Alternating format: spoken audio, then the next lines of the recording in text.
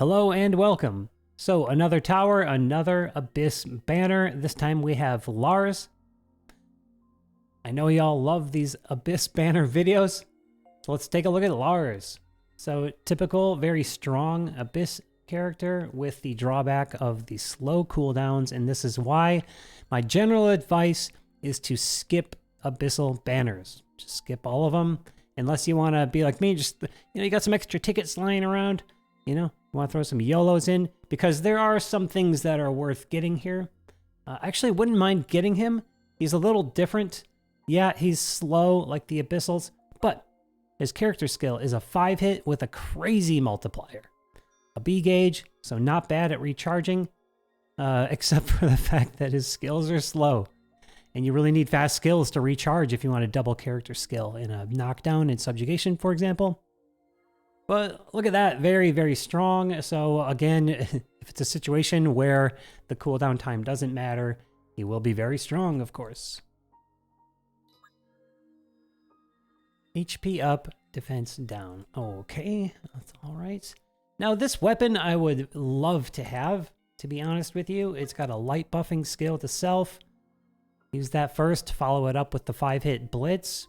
And the cooldown times are very nice. And, a nice attack stat. And that's what I'm lacking on my account. I could really use this weapon.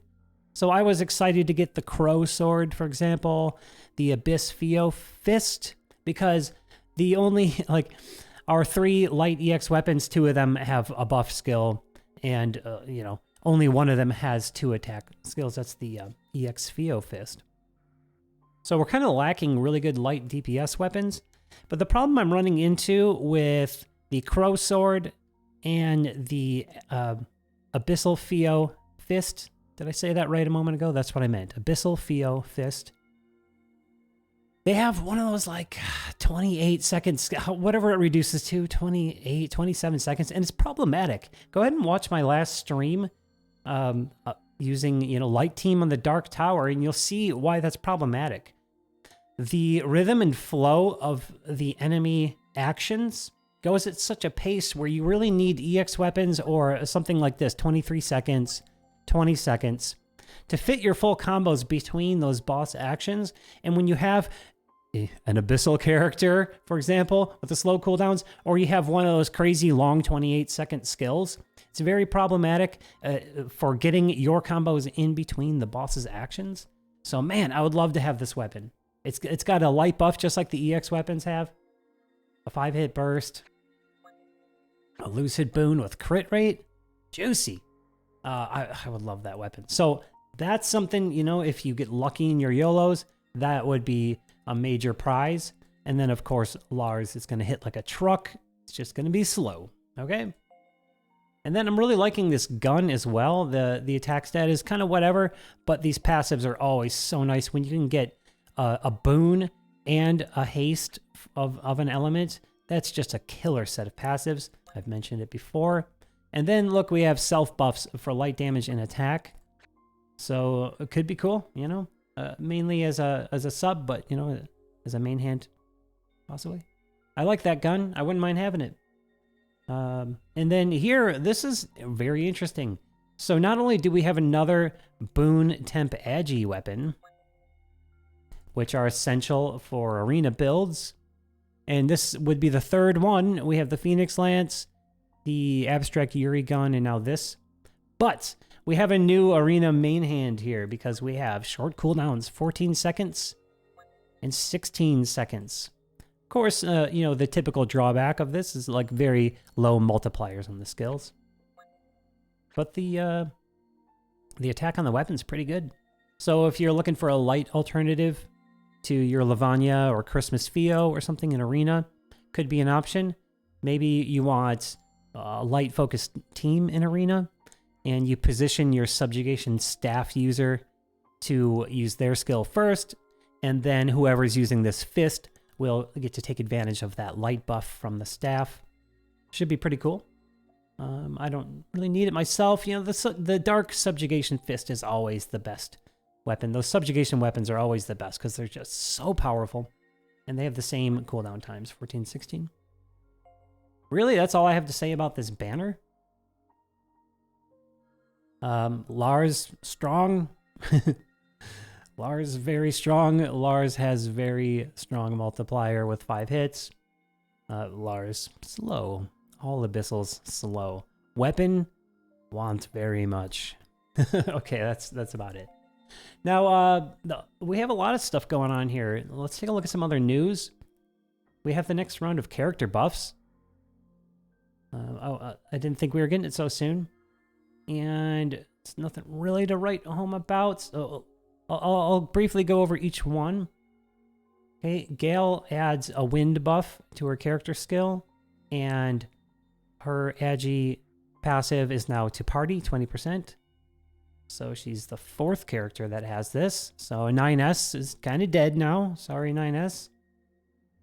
And, you know, Celeb Akeha and the new Sino Sar, you have this flat agility buff, 20% to party.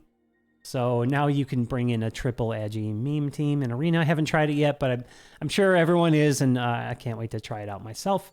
Or even, for example, Gale, Sino Saryu, if you got her, and then like Fractured Noel on a defense team so that you don't have Celeb Akeha's character skill getting in the way of your cooldowns. Could be pretty interesting. Her base attack kind of suffers, but she has Pursuit, and then Training is, you know, another very arena-based passive. So pretty cool. Support, wind support in Subjugation, and more usefulness in Arena.